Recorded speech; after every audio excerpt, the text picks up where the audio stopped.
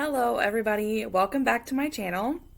My name is Megan, I'm the Mood Read Queen, and today's video is one that I've been thinking about making for a long time. And actually, when you play those like guessing games, and someone's always like, oh, I thought of that, but I just didn't say it out loud, and you're never quite sure if you believe them or not. This is one of those situations. So it's been a while ago now, but when I was coming up with ideas for videos, one of them was this idea, and I called it in my head, Books That Built Me. And then I shit you not, like 3 or 4 hours later, I'm on YouTube, and who did a video called basically Books That Built Me? Oh, just one of my favorite booktubers. And so I was like, are you kidding me? So it's Jenn from the Book Refuge. And she did Romances That Built Me. I'm kind of approaching it in a, like, as far back as I can remember, going back to like middle grade books and going up through the ones that I read a lot in high school. That's kind of where I'm at. With these books.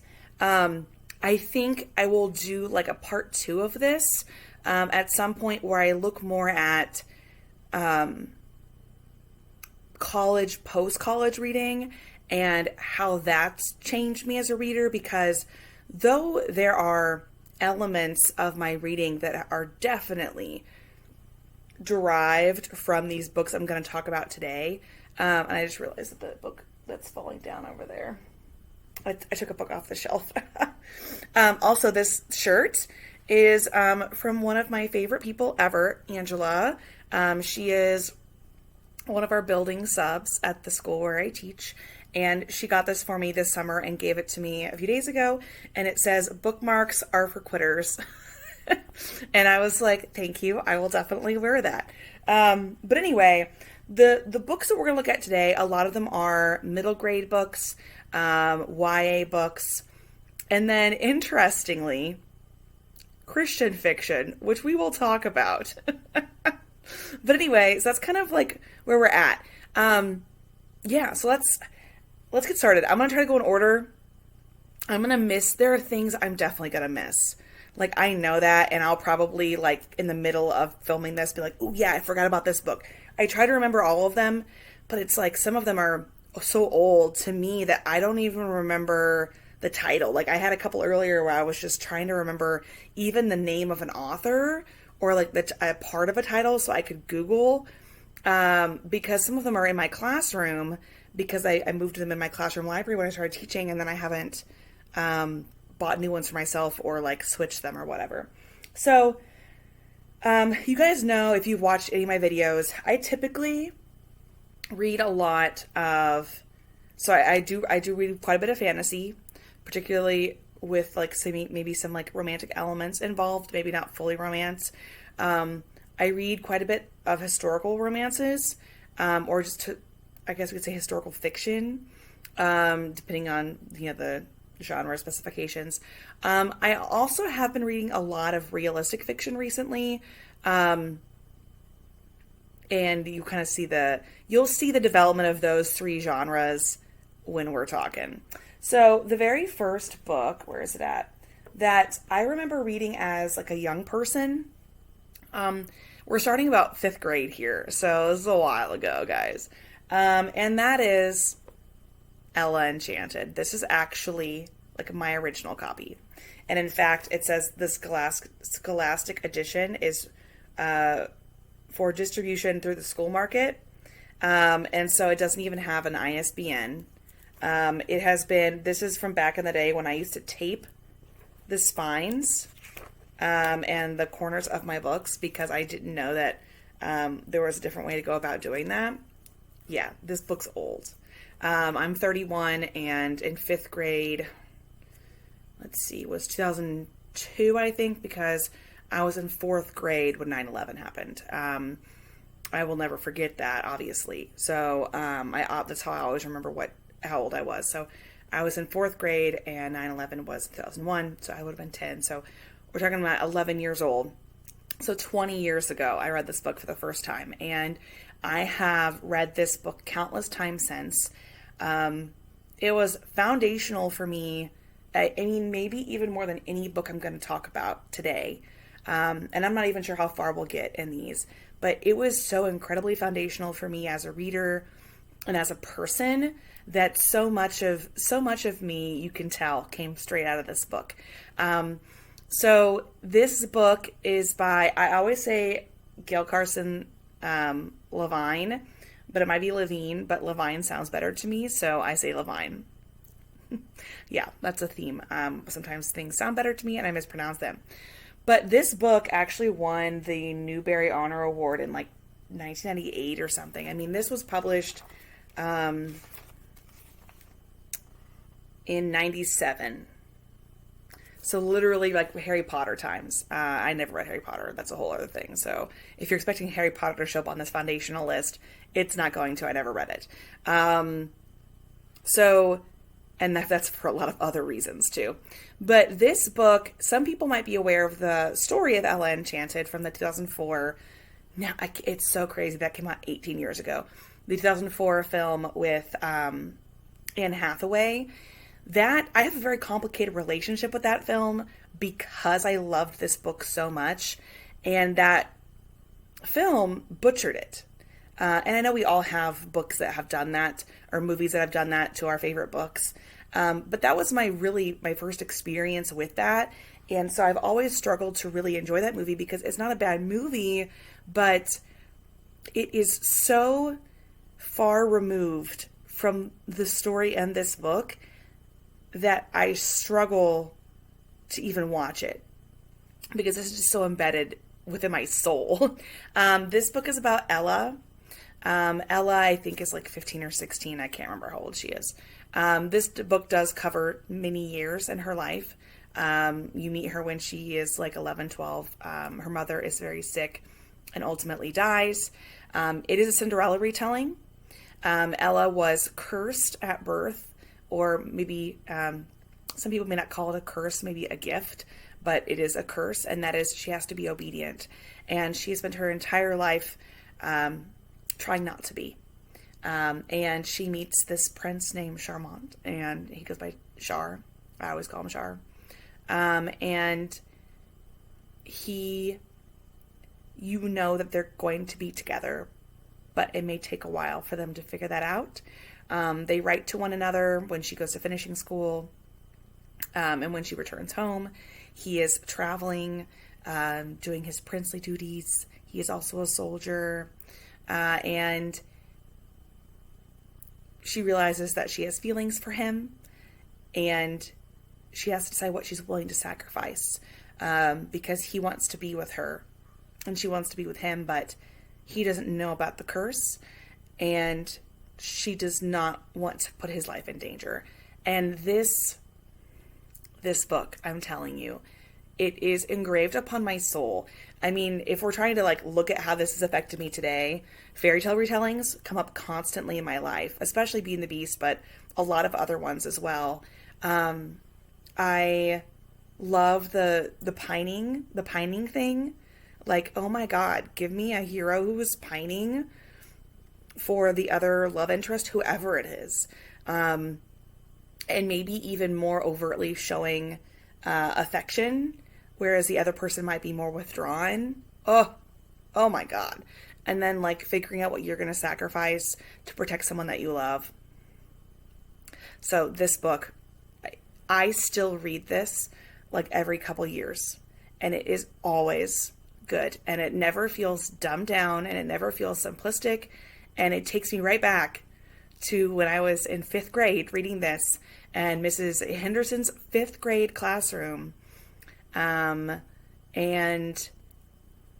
we had a scholastic book fair, and we were in the middle of reading this book out loud as a class, and I found this book in a 2-pack with another book that I will show you here in a minute, and read the entire thing and finished it. And I didn't blurt out spoilers in class, but my teacher was not happy with me. I don't know why she was pissed, but I mean, I want my kids to read too, so, you know. But anyway, I talked a lot about this one, but it is incredibly important to me. And it's something that has been with me for years and years and years of my life, and I will never not read this book, ever. So, Ella Enchanted, if you haven't checked it out, it will it makes me cry every time. There's this beautiful scene towards the end, and it makes me cry, and it is lovely. And then, in conjunction with Ella Enchanted, the second book that I got in this 2-pack when I was in 5th grade is this one. And I have mispronounced this title probably since I read it when I was in 5th grade. But I think it's likely. It's also by Gail, Carson, Levine.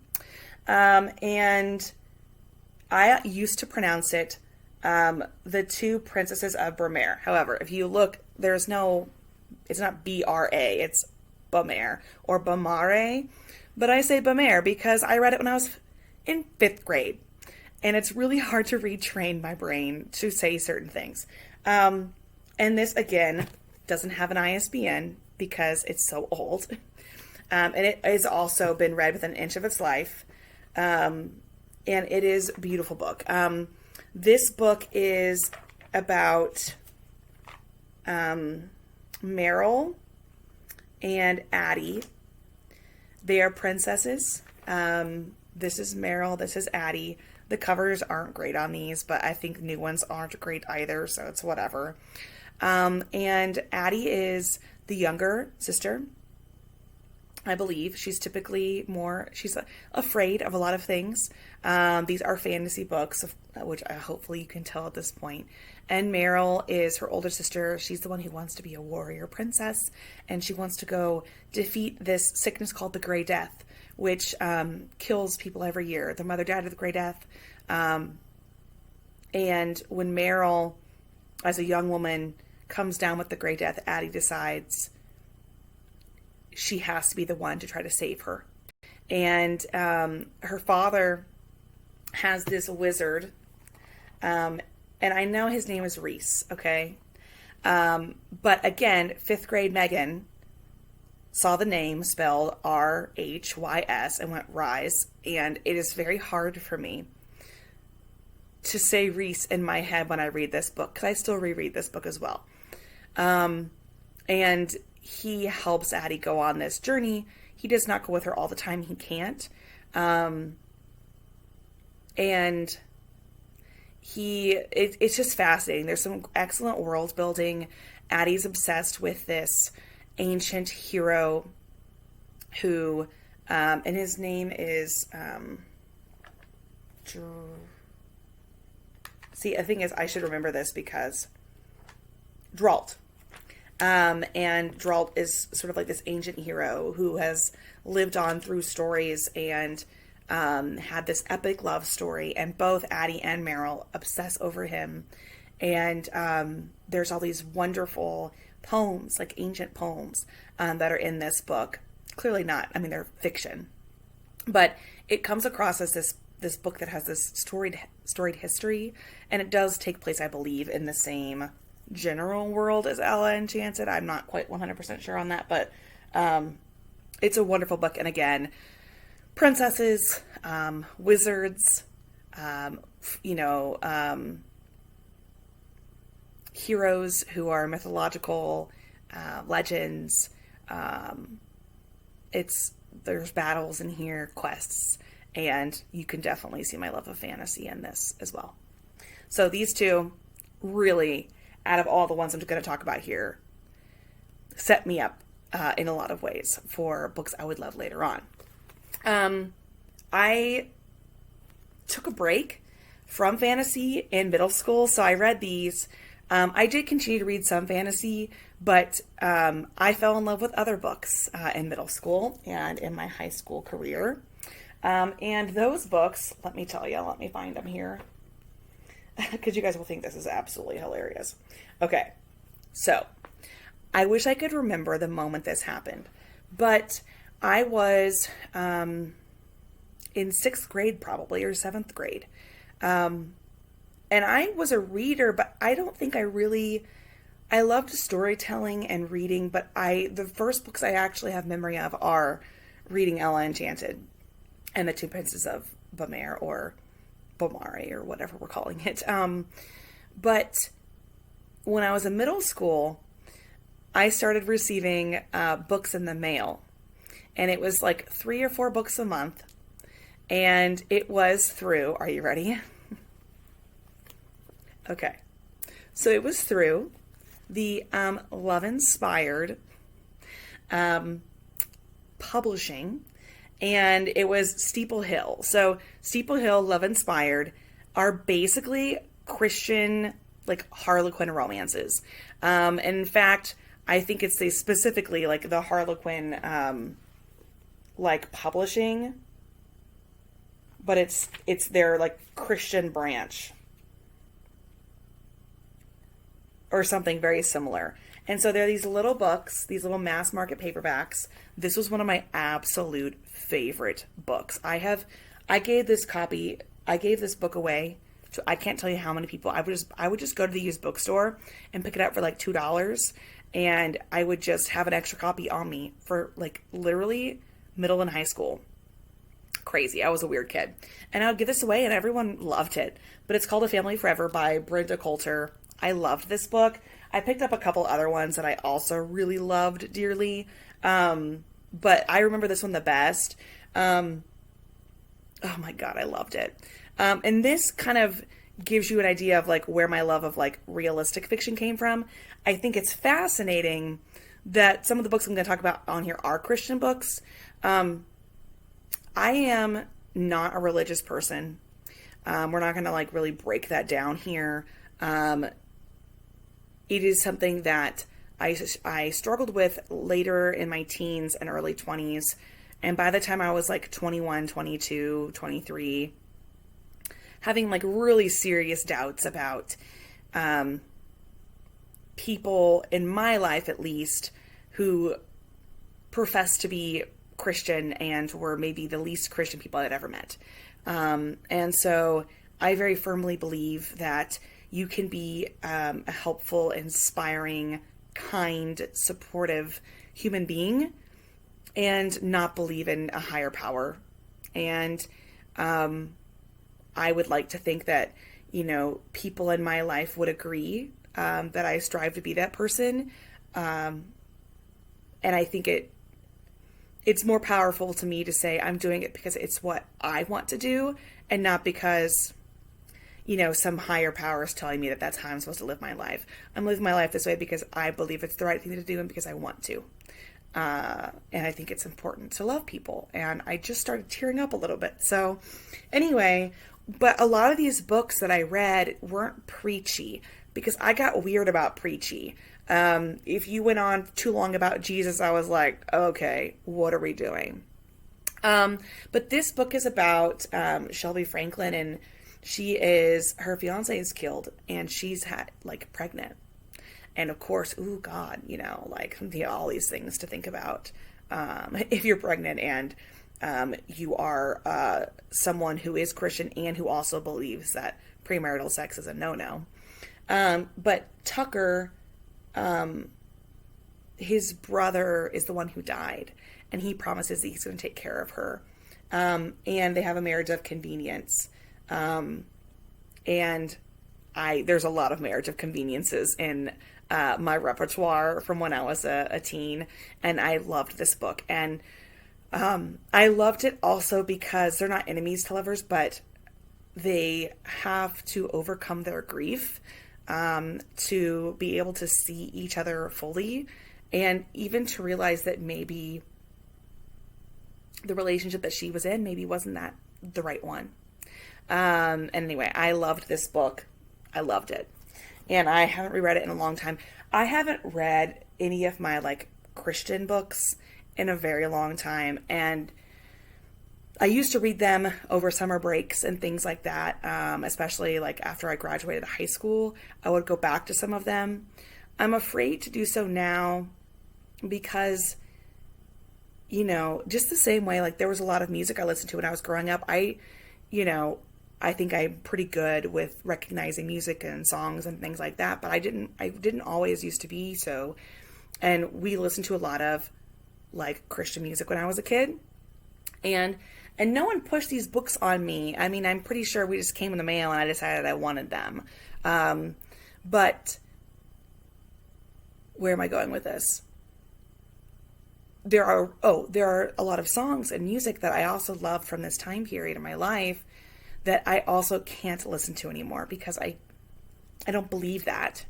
And it's really hard because there are a lot of stories I loved, and there are a lot of musicians that I loved and songs that I loved that it's just uncomfortable for me now. But in terms of like, just, I don't get it. I respect people who believe that way, but I do not. Anyway, but here are a couple other ones. I loved this one because I believe this one had like maybe a mid-sized female character, and that was something that I had not come across when I was younger. I was skinnier than I am now, but I was never like a tiny human, and that resonated with me quite a bit. And this one is another widowed falling in love with the bachelor brother of her dead husband. And these two are ones that I loved dearly. And one day, I think I might do a reading challenge where I talk about books that I revisit that I'm not quite sure still hold the same sway for me, but I want to see what I think and if they're still palatable for me, because they're stories that I find very meaningful. So I'm trying to like organize this. So I had to pause for a minute. But also in middle school, I was reading a lot of Meg Cabot, who I've talked about quite a bit on this channel. And I don't have any of her most of her YA books anyway, at home, just because they're in my classroom. But those were pretty foundational for me as well. So books like Teen Idol and Pants on Fire, those are ones that I read and enjoyed quite a bit in middle school. But then I discovered, sorry, I'm trying to organize these. It's like a mess. And I'll be honest, I read a shit ton, okay, of these love-inspired books for years. I had a huge collection of ones I'd read and not read. And many years ago, I got rid of a lot of them. But I did keep the ones that were my favorites, the ones that were the most well-worn. So this covered quite a huge span in my life. But I also started reading some of her. So she has some historical romances. And I have a lot of hers that are under this pseudonym called Patricia Cabot. But I haven't read them yet. And the reason why is because when I first got them, first of all, they were hard to find years ago now. They were hard to find. Now they're probably impossible, unless they've been reprinted. But they were a little bit too spicy for me then, because again, I was a kid, right? I mean, in between, reading things like the love-inspired books, I was attempting Lord of the Rings, and, I didn't know what sex was, okay? Not really. I mean, you should have seen some of the games we played with Barbies and, like, what I thought actually counted as sexual intercourse. It was a joke. It was so funny. It's ridiculous, the things we think as children. I think it's fascinating. But two books that I did discover of hers that are historical but were YA were these two. So we have Nicola and the Viscount, and then Victoria and the Rogue. These were staples, and these are actually labeled for my classroom library. And I kind of regret that, honestly. I put them in my classroom library when I started teaching, and then I got more and more books to the library, and I was like, man, I really should have kept these for myself. And honestly, the covers on these are starting to fall apart too. But these are YA books. They are such a good time. We've got enemies to lovers here, friends to lovers here, older brother, or older brother of a best friend kind of romance. And oh my God, I'm pretty sure that's actually what it is. And these were published in 2004 or 5. So I would have been pretty young. Oh, 2002. But I didn't read them until I was probably a little bit older.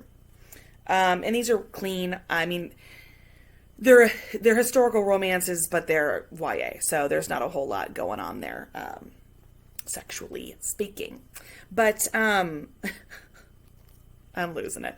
This was my favorite. There are so many scenes from this that I can just tap into whenever I want to. There's Victoria. She sometimes goes by Vicky. And then there's, I think she's an heiress. So she can marry whoever she wants to, but she might be attracting people for the wrong reasons. And there's someone who's sort of money hunting. His name is Hugo Rothschild. But she does need a ship captain named Jacob Carstairs. And they have the best witty repartee. It's so good, and I actually still read these books quite a bit. It's been a minute since I have, but I plan on reading them again very soon. Very enjoyable. And then this one as well. Both of these books, so we've talked about my love of fantasy and also then my love of realistic fiction. And both of these books contributed so highly to my love of historical romances. I, not long after discovering these, discovered period dramas, the 2005 version of Pride and Prejudice, for example, and so much of me is caught up in the idea of historical romances and this idea of, expectations for women and expectations for relationships. Like, I know I'm not Elizabeth Bennet, but that doesn't mean that I am not almost constantly disappointed that I don't have a life that looks like that. And I know that sounds ridiculous because feminism is like pretty fantastic and women's rights in this country, although among recent developments, but we've come so far in a lot of ways. And I know that it would be backtracking to say, hey, I really want this. But there's something simple about it, and something romantic to me, and I can't undo that about myself. I don't know why, I can't do it. And I love these books for that reason. They're hijinks, the witty repartee, it's so good. So these two books really marked me in a lot of ways for a long time. Other books that also kind of led me down the historical fiction rabbit hole. So this is when I find wherever I put my phone, so I can go over a couple that I have at school, but I did not bring with me for this, and I should have. So we've also got this book called, and let me tilt this guy a little bit. This book called Angel on the Square. It's by Gloria Whelan. And this is the first book that I read that had any sort of Russian component to it. And I cannot remember, let's see here. It's about Katya, and it's in 1914. So obviously this is right close to the time of the revolution. And then, of course, the execution of the Russian royal family. And I was fascinated by that. There are romantic elements to it, although it's not a huge point. I loved the backdrop, Russia, the storyline. This is one that I found out later, years and years later, because I also got this one at a Scholastic Book Fair. that I found out years later that it had sequels, and I decided not to read them because there is a cousin of hers, I believe, pretty far removed, because, you know, sometimes they can be really close, and that's incesty right there. But they fall in love, and he is a soldier, and I believe later on in the series he does die, but I don't know that because I never read it, and I don't intend to. But that's one that also got me hooked on the historical aspects of fiction. Also, Fever 1793 by Laurie Halse Anderson. I think about this book a lot, actually, and it's one that I do intend to reread. And in fact, I'm wondering if I should reread a lot of these, because I think that would be an interesting vlogging experience. That might be something that I pursue in the coming months, because I am going to be doing a lot of rereading this fall. But this is about Maddie Cook and her family and what happens in 1793 in Philadelphia when there is a fever and an outbreak of, I can't remember what fever it is, but how it affects her family and her life. And again, small romantic elements in this, nothing huge, but it definitely made its mark. And that's something that I've come back to time and time again as well.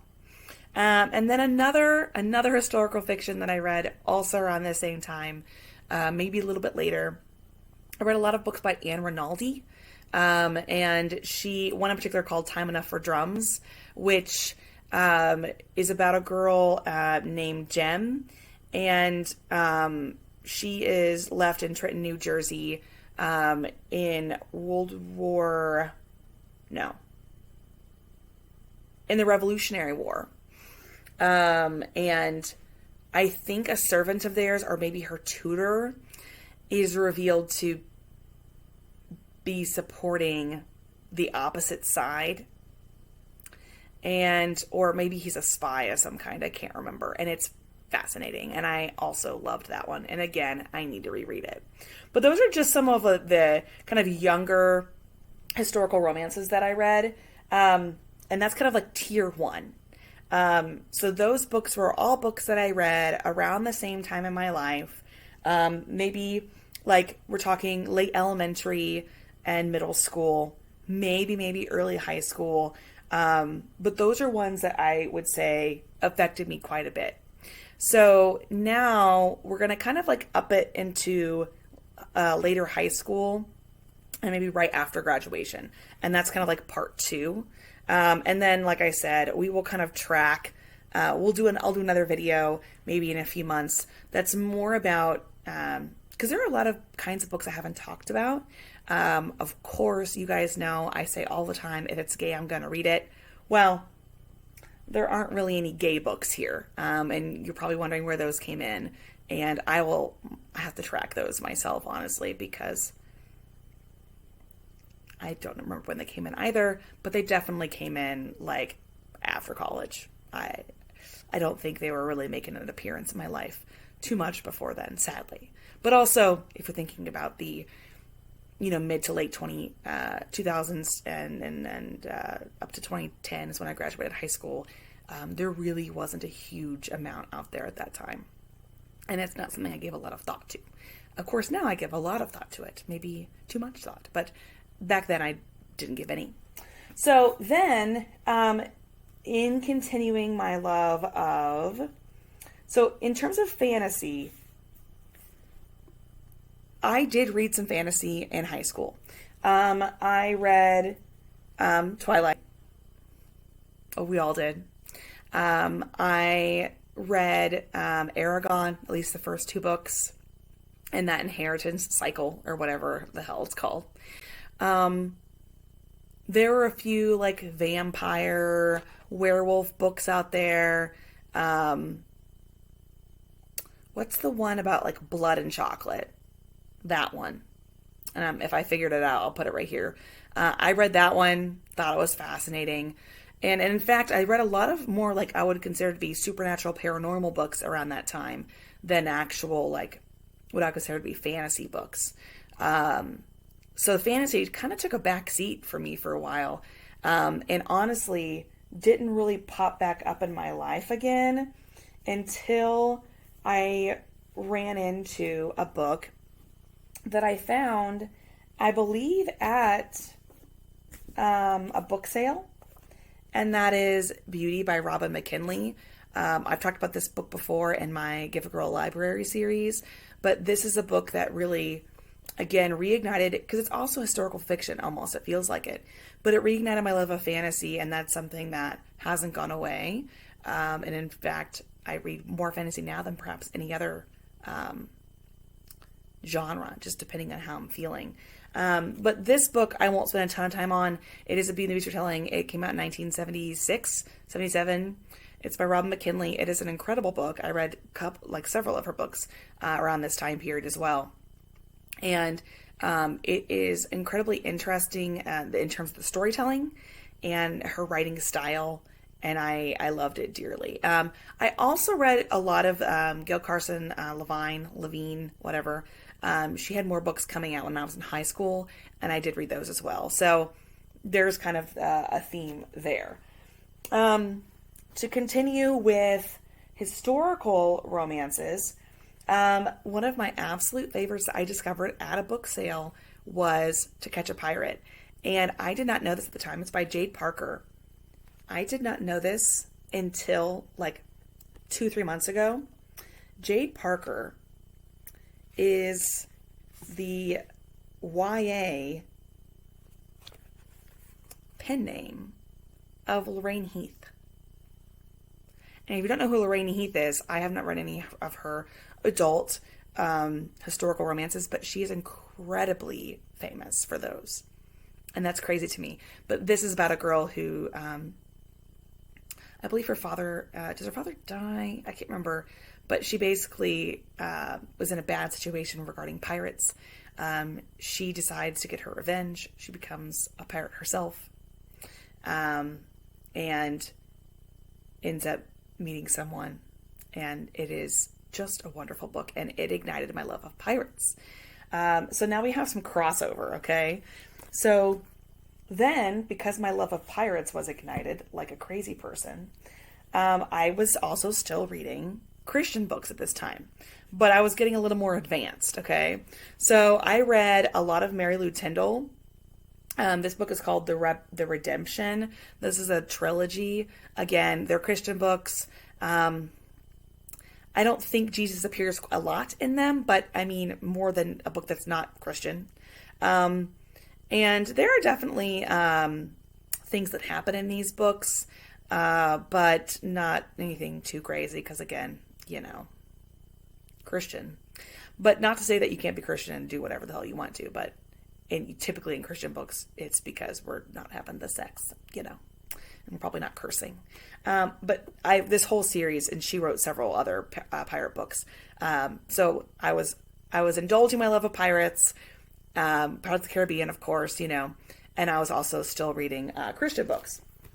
So along those lines, in reading Christian books, I read quite a bit of, I think her name is Deanne Gist. This book is one of my absolute favorites. Do I have another one over here too? Yeah, so this one is A Bride in the Bargain, which is about a woman who, let's see here, what's her name? Anna Ivy. And she is like a mail order bride, but there's been some miscommunication, and she thinks she's going to be a cook. And this guy, Joe Denton, thinks he's getting a wife, but she's not it. And he needs a wife because he was married. She died. And because he was married, he got more land in the settlement of Seattle because he was married at the time. But now he's not, and he might lose that land that he's built. And he's a lumberjack, and he's so hot. And there's some nice shirtless like bathing scenes in here. Again, it's Christian romance, but it was not super heavy Jesus, which I appreciated. But then again, upon rereading, I might decide that the Jesus is too much for me. I don't know. But Deanne Gist was one of my favorites when I was reading these. This one is about a woman who's a maid, and then this guy who is a, what is he? A butler? No, a footman. And then, so I was reading this around the time also when Downton Abbey became a big deal. And it was so fun to see similar things happen. So like she was one of my favorites too. And again, I don't know if these are still good books to read, but I really did love her so much. I'm almost there, guys. I promise. I also read quite a bit of Robin Lee Hatcher. This is called A Wagered Heart. Kind of like a Western settlement kind of situation going on. And then back here, I need to grab it off the shelf actually. English Ivy is also by her. No, that's Catherine Palmer. Oops. I read a ton of Robin Lee Hatcher and Catherine Palmer. This gave me so much Pride and Prejudice vibes. It's about a girl who was adopted into a family she does not know that she is.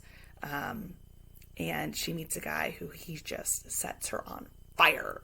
And they have this like witty repartee and they just argue.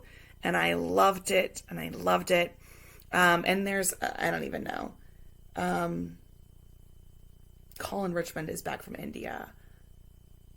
Yeah. And so like her family has a pick for her, but she might be in love with someone else. So anyway, both of these were wonderful books. Again, this one was more Jesus-y, I think, than this one, but I need to revisit them. But those books really, I was reading those probably around 2005, 6, 7. And they were really influential, for me, as a teen. And I, again, was a huge into period dramas. I also was reading, let's see here, a lot of Eva Ibbotson.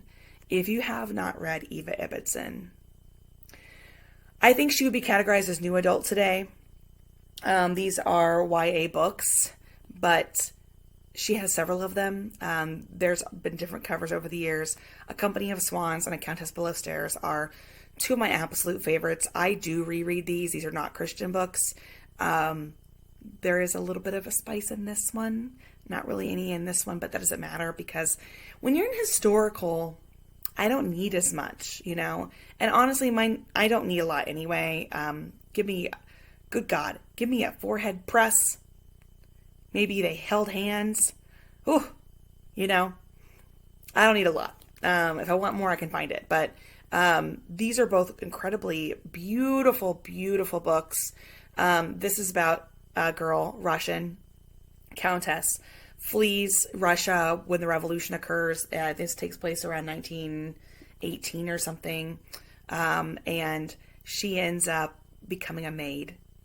So she's a countess below stairs. And she meets Rupert, who is the earl of this estate. His brother died during the war, as did his father. And he never thought that he would have inherited this. And he met a woman during the war who was a nurse. Her family fortune will save them. But then he meets Anna. And he doesn't know what the right thing to do is because he knows that there's something about her that will change his life forever. And it's wonderful.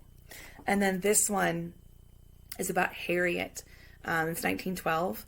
She's 19 years old. She loves ballet, and her father and her aunt, well, they have a weird relationship, but they will not let her go study ballet, truly.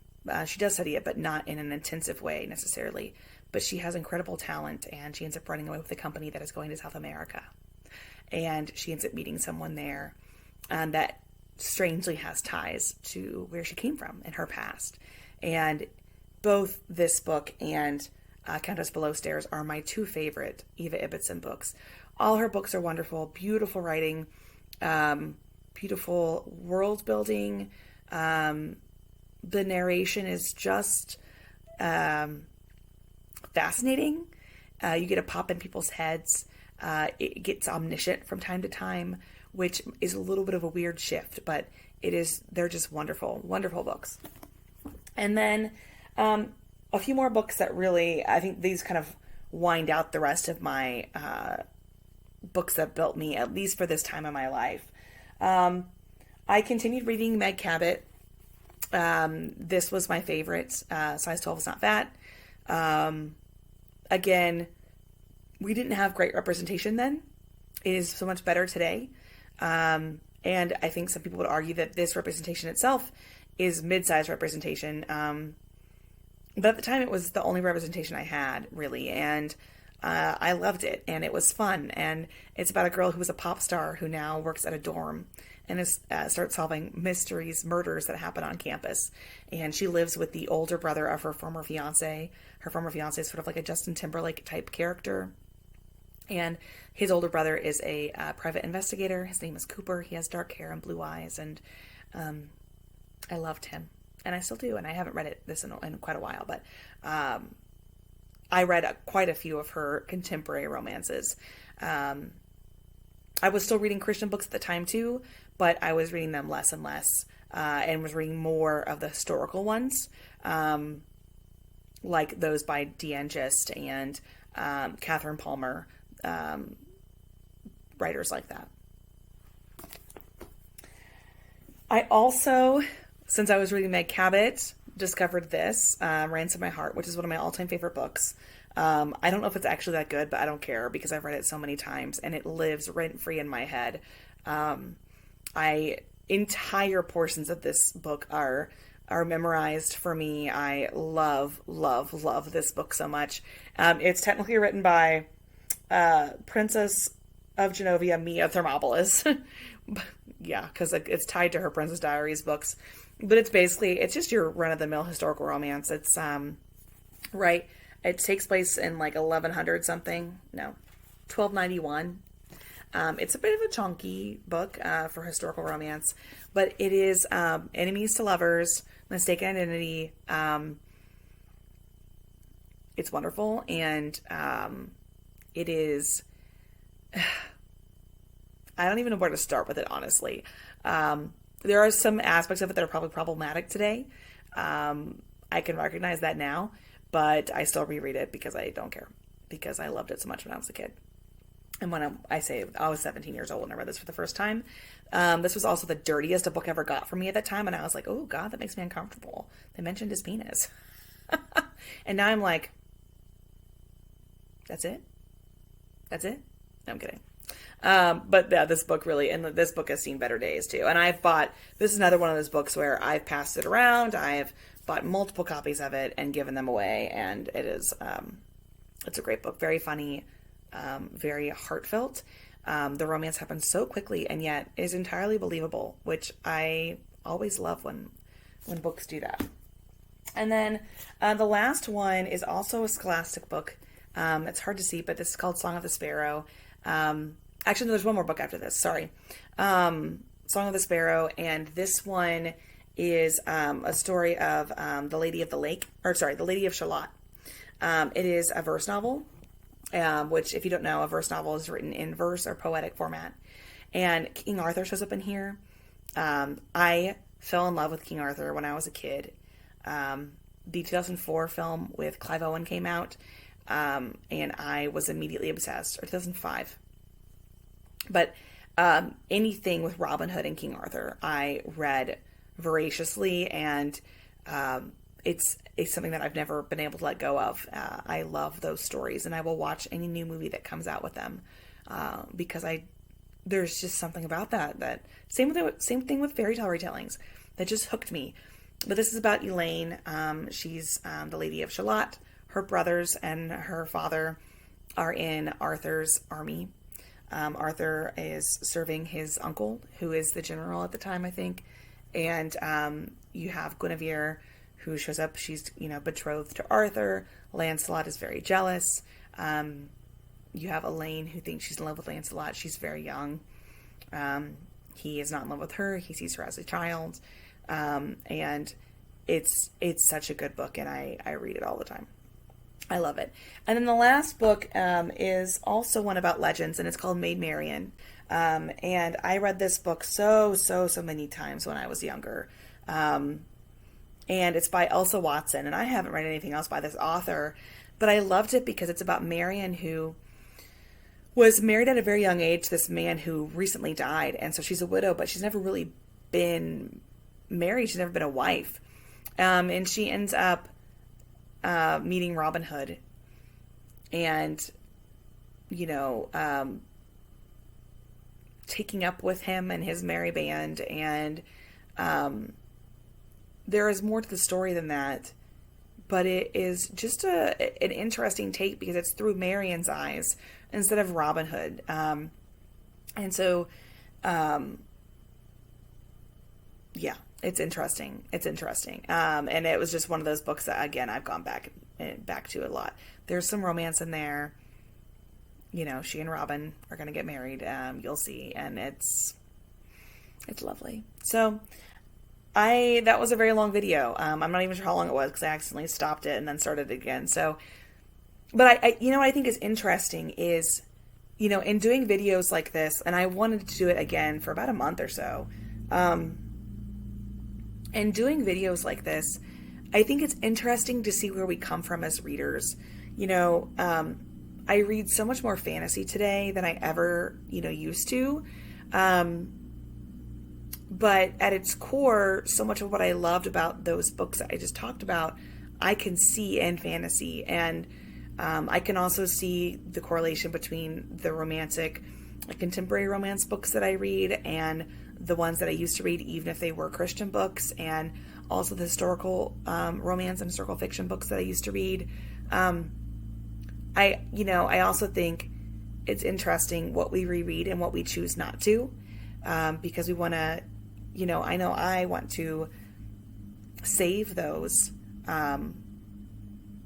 in my memory and maybe leave them untouched, because rereading them sometimes ruins it. I reread a book recently that I loved in high school called Every Boy's Got One by Meg Cabot. And I talked about it in a video, and I decided to reread it, and I gave it 3 stars, and originally I'd given it 5. And there's just somebody making a ridiculous amount of noise outside, but I don't have a fancy microphone yet, so oh well. But I think it's so interesting that, it didn't really ruin it for me, but that book didn't age well. And romance has changed a lot since then. But I love revisiting favorite books. I've always been a rereader, and it has been a long time since I let myself reread a lot. I typically try to force myself not to, but talking about these makes me want to maybe try a challenge, where I do that. So what do you think? Should I maybe do a challenge with these? I've been considering a series where I'm not sure how often I would do this just because of my reading schedule, but I've been considering doing a series where I pick a certain number, 3 or 5, books that I would consider fall under a certain umbrella. So I read 3 books that I think are overhyped, and then I talk about whether I think they are or not. I read, 3 sapphic romances because I'm so bad at those. I read 3 books that I used to love when I was a teenager. Do they still hold up? That kind of a thing. I think I want to do something like that. So what do you think? Would you be interested in something like that? I might, those would be vlogs, and I would vlog through those experiences. I haven't done a vlog since Vespertine. Yeah, I think I want to do something like that. So let me know, and I'll see you next time. All right. Bye.